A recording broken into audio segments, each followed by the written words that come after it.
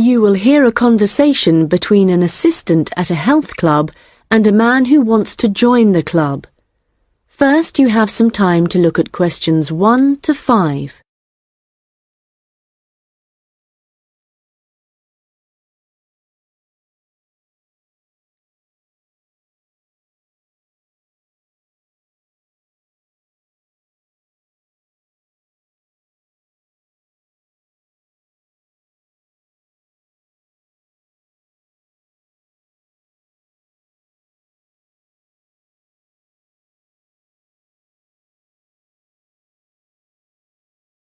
Hi, can I help you? Hello. Yes, is your club taking on new members at the moment? Oh yes, we're always interested in taking on new members. Just give me a moment and I'll get an application form. Right, here we are. So, let's start with your name. It's Harry. Okay, and your surname? It's Simons. Is that like Simon with an S? No, it's Symonds.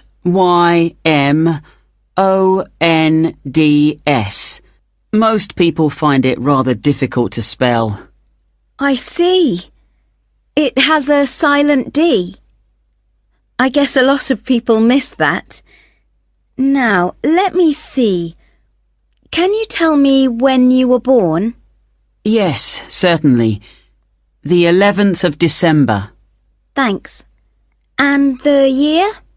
1996. Okay, good. Now, are you thinking of becoming a full-time member? Probably not. What kind of memberships do you have? Well, we also have off-peak membership, which is between 9 and 12 in the morning and 2 and 5 in the afternoon. And then we do have a weekend membership. So a weekend membership is just Saturday and Sunday? Yes, that's right.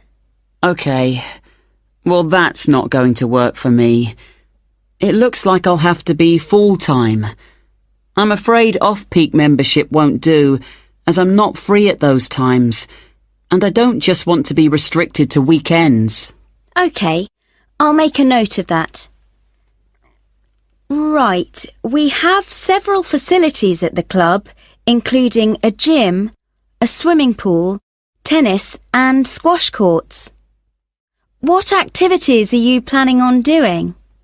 Well, do you have badminton? Yes, we do. And table tennis? I'm afraid not. Well, not at the moment, anyway. Oh, okay. Well, I'm also very keen on swimming, so I'm glad you have a pool. I'll certainly be doing a lot of that. Okay, I've got that. Will you be using the gym? No, I'm not interested in that. Okay. So just let me work out what the cost will be. Yes, that comes to £450 for the year. You can choose to pay annually for the full year or monthly. It's up to you. Oh, I'd prefer to pay regularly in small amounts, rather than have a large amount to pay in one go, if that's okay. Sure, that's fine. Right, I've got the most important details for now. Before you hear the rest of the conversation, you will have some time to look at the questions 6 to 10.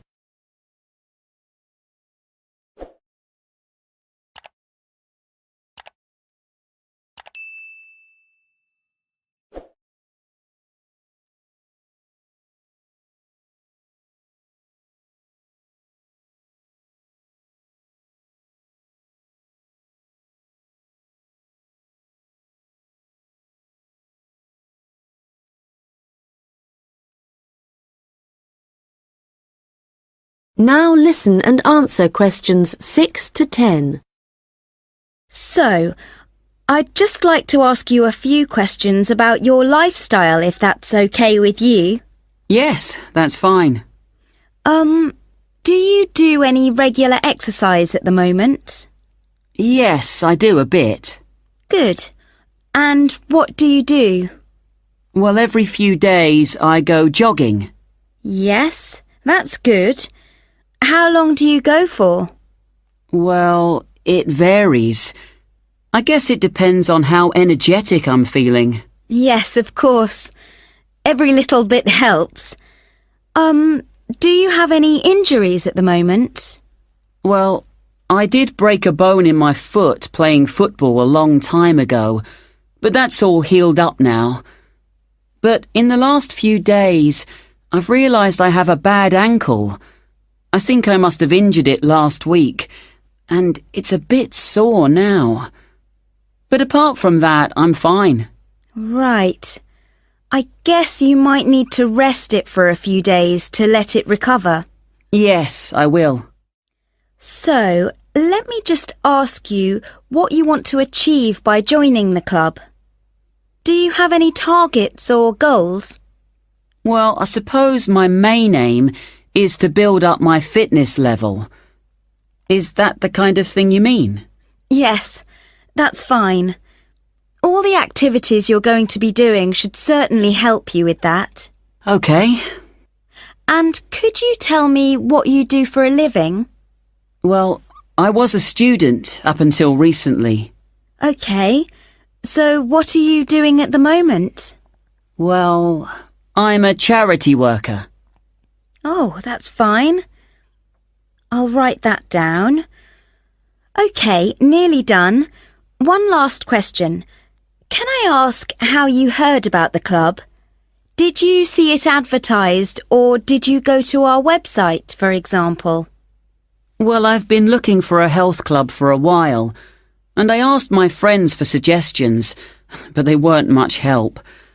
And then I was listening to the radio, and your club was mentioned. So I thought, I'll go along and see what it's like. Great. Well, we look forward to having you as a member.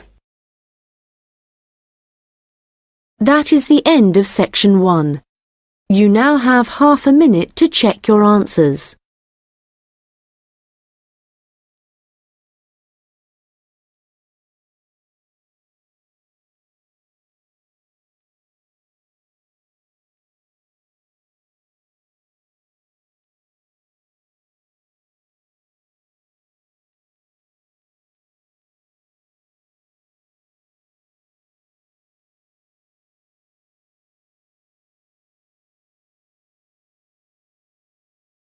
Now turn to section 2.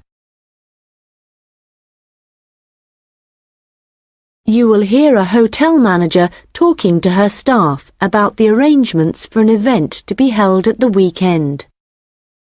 First, you have some time to look at questions 11 to 15.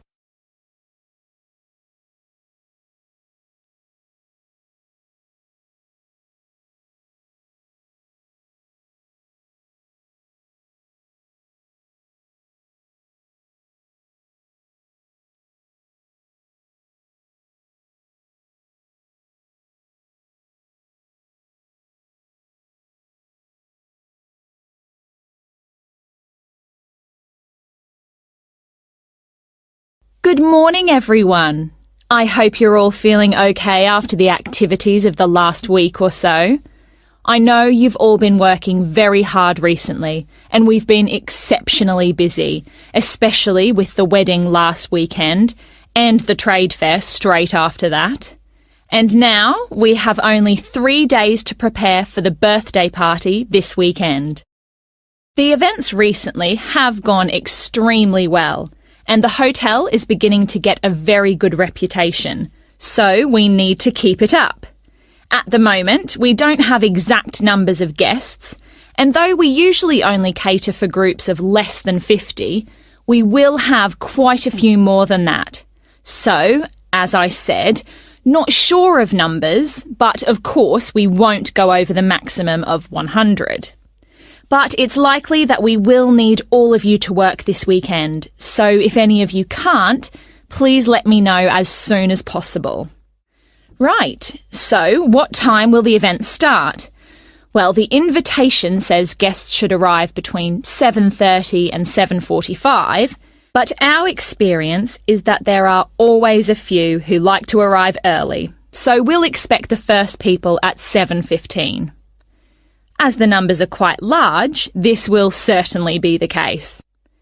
Food will be served at around 8:30, and then, depending on how long the meal takes, the entertainment will start about 2 hours later. Now, for this, we were expecting a live band for the occasion, which is always fun. But apparently this has been cancelled due to illness. So, the hosts know someone who is a comedian who will be replacing the band. We had hoped that the resident magician who worked here through the summer would be able to help out, but they weren't keen on that idea. Before you hear the rest of the conversation, you will have some time to look at the questions 16 to 20.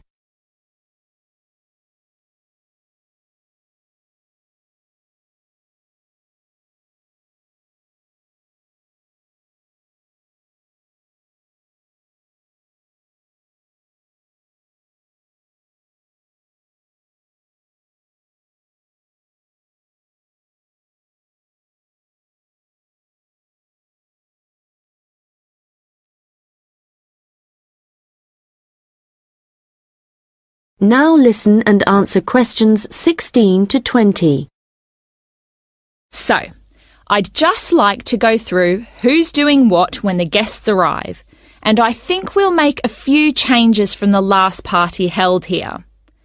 If I remember correctly, it was Olav who coordinated the task of providing the guests with drinks. Or was it Ahmed? I'm not sure. But Gary asked to do it this time, so that will be his job. There's been no decision yet on what the drinks are going to be, but I hope they decide soon in case we need to order something special. Now, for receiving the guests' coats and hats, it's important we have someone experienced doing this, as we don't want guests losing their belongings. And Monica, last time this was your responsibility. Susan, I know you wanted to do this, but as the numbers are quite high for this event, I won't make a change here. Right. Now, last time there was some confusion as to where guests were supposed to go once they had deposited their things, and we had guests roaming around the whole hotel. So, Ahmed and Olav, I believe you discussed the problems with Susan and thought she would be good at guiding guests after they had arrived. And I'm fine with that. Right, and now for some general instructions. Once the guests have arrived, they will be in and around the lounge area, and then at around 8:30, we need to get them to move to the restaurant for their meal. This often proves difficult and can take a long time, so I will ring a bell so that everyone knows it's time to eat. Hopefully, this will speed things up a bit. Also, for this event, there'll be a seating plan, so the guests won't be able to decide for themselves where to sit. They'll have to sit according to the plan. There will be a plan on each table, and I've been thinking about where to put the master plan so everyone can view it before they enter the restaurant. As they'll be spending quite a while in the lounge, I've decided to also put a plan there. This should speed up the start of the meal. Once the meal starts, you'll all be very busy waiting on the tables, and I'm sure I don't need to tell you to be good-humoured and polite to all the guests. The organiser of the event will be saying a few words, and so will two of his colleagues. So, when the speeches start, all activity must stop in the restaurant, so that the three people giving them can be heard. This shouldn't take long, and it should be towards the end of the meal. After that, the guests will move back to the lounge for the entertainment. So, I think that's it. Any questions? Come and see me later. That is the end of section 2. You now have half a minute to check your answers.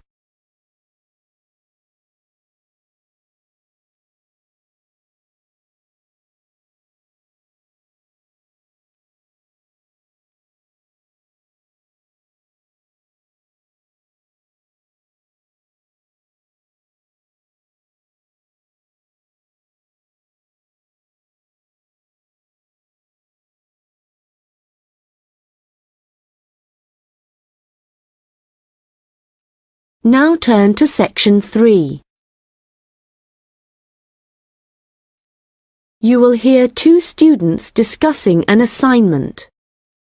First, you have some time to look at questions 21 to 25.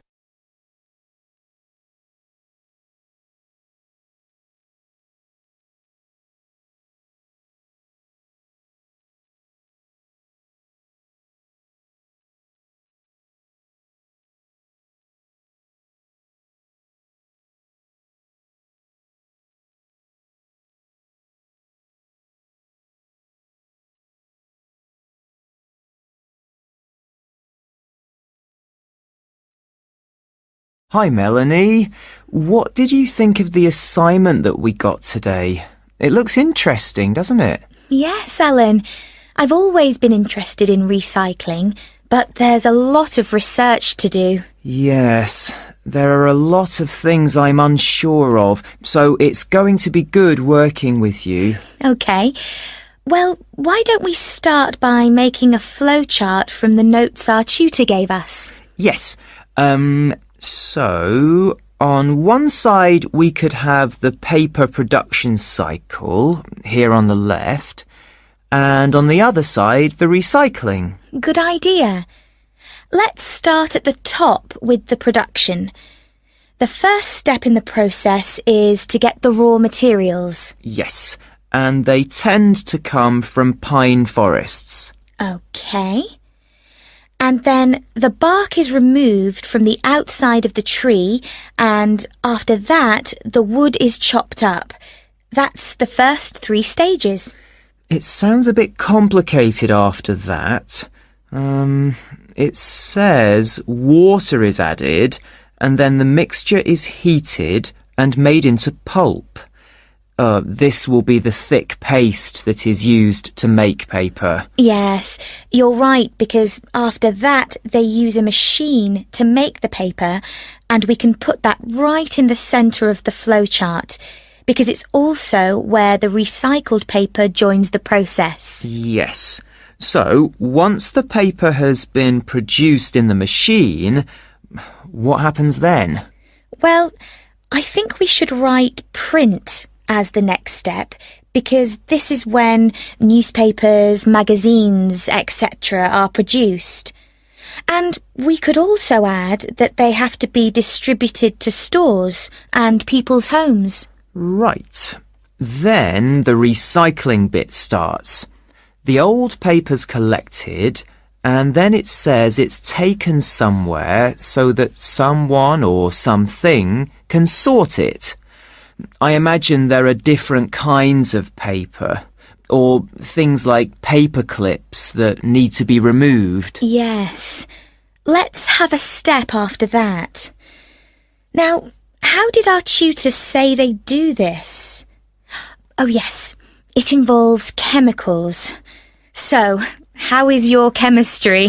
Well, not very good, I'm afraid.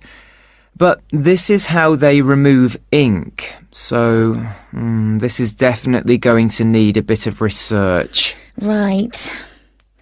The last step in the recycling section is similar to the last step in the production process, with heating and pulping, before the cycle begins again. Now listen and answer questions 26 to 30.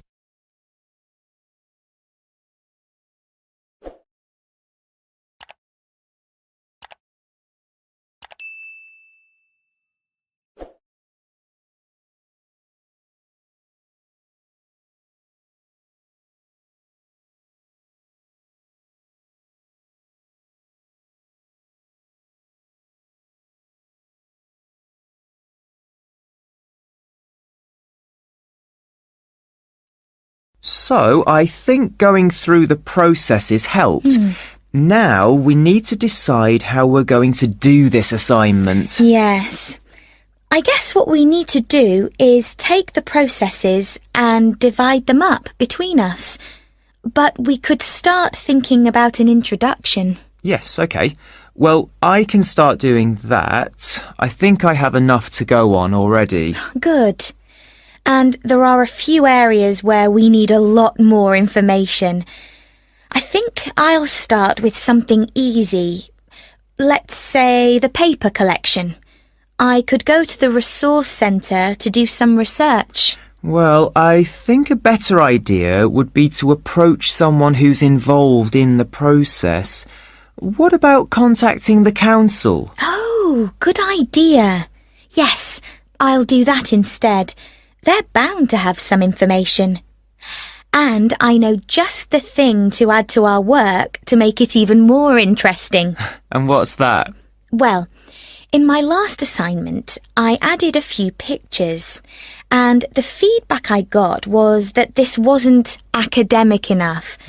So what might really bring it to life would be to include some data, provided we can find some. Yes, that sounds excellent.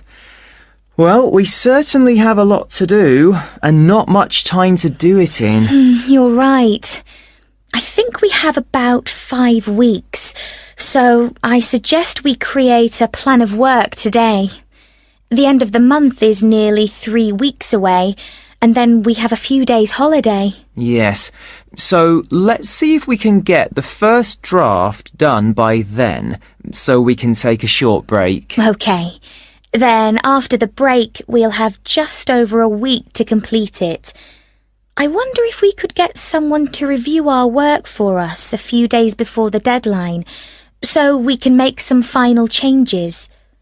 What about your friend, Henry? Well, the best person would be our tutor.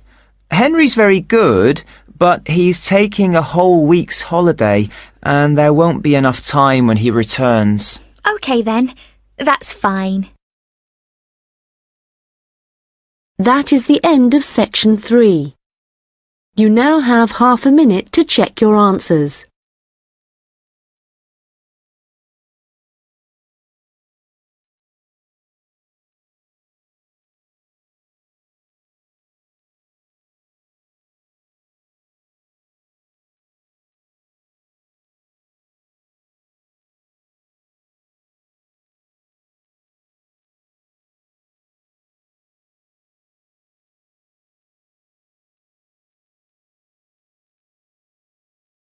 Now turn to section 4.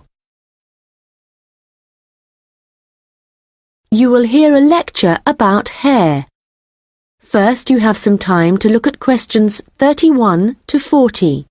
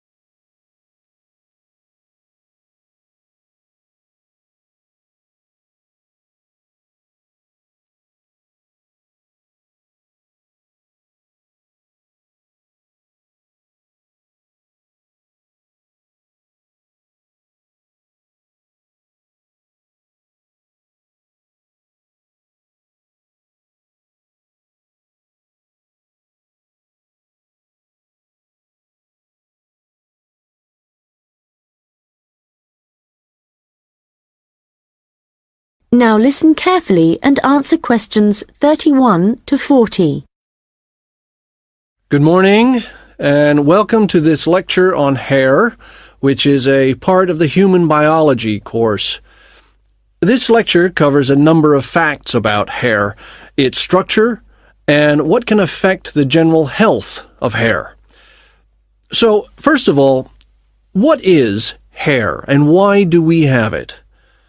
If we look back at our ancestors, we'll see that they had a lot more hair on their bodies than we do now. And there are, or were, 2 main reasons for having hair. One is to provide warmth, but as humans have worn clothes for many years, body hair has significantly reduced. The other is for protection. And again, this isn't as significant as it was once. But hair does still benefit areas of the body, such as the head and around the eyes. Now, hair whatever it is for and wherever it is on the human body, is composed mainly of a protein called keratin. This, by the way, is also found in fingernails. In fact, it's keratin which makes them flexible, and without it they would be very rigid. Another interesting fact about hair is that it is very strong as iron, in fact. One single strand can support a weight of up to 100 grams. This may not sound all that much, but a full head of hair can support up to 12 tons, which is the equivalent of a couple of elephants, which is simply amazing, though I advise you not to put this to the test.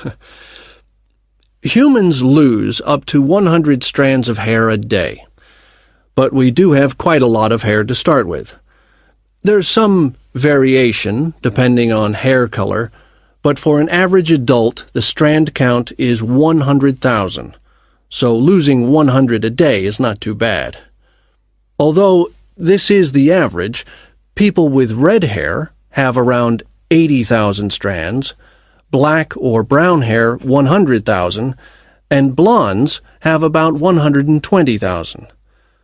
So, hair used to be important for the reasons I mentioned earlier, but nowadays I'd say the main importance of hair is the fact that it is big business. Apart from the money involved in hair cutting, shaving, trimming, etc., a fortune is spent just on hair products. In the UK alone, consumers spend over £5 billion each year on these.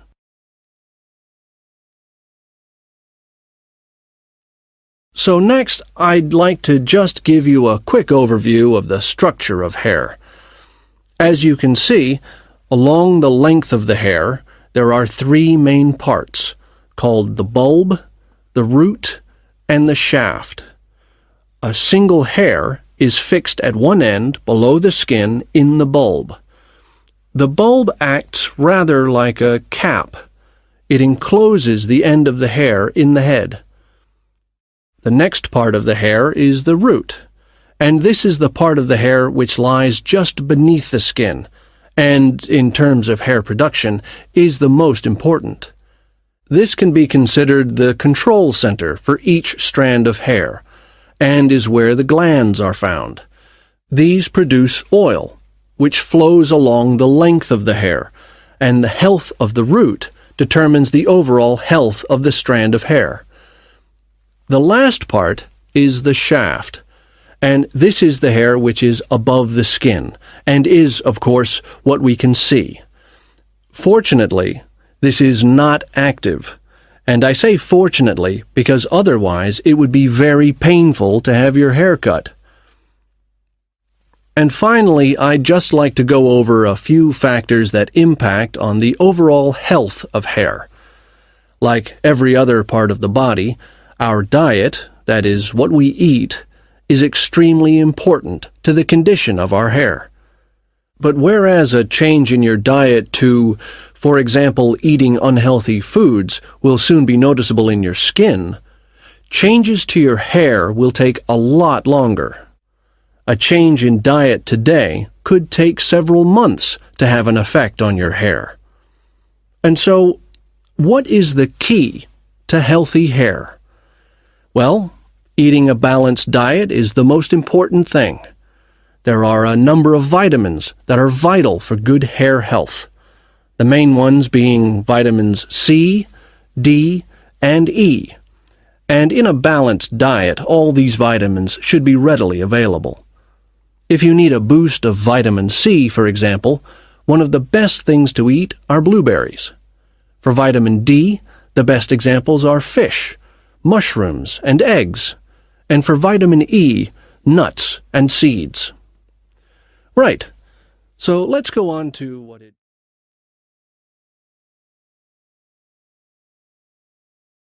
That is the end of section 4. You now have half a minute to check your answers.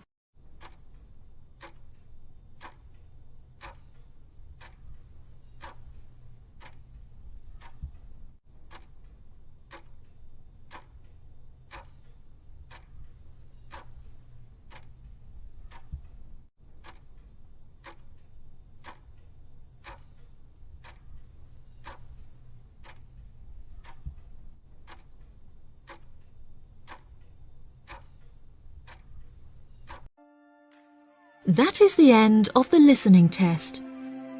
In the IELTS test, you will now have 10 minutes to transfer your answers to the answer sheet.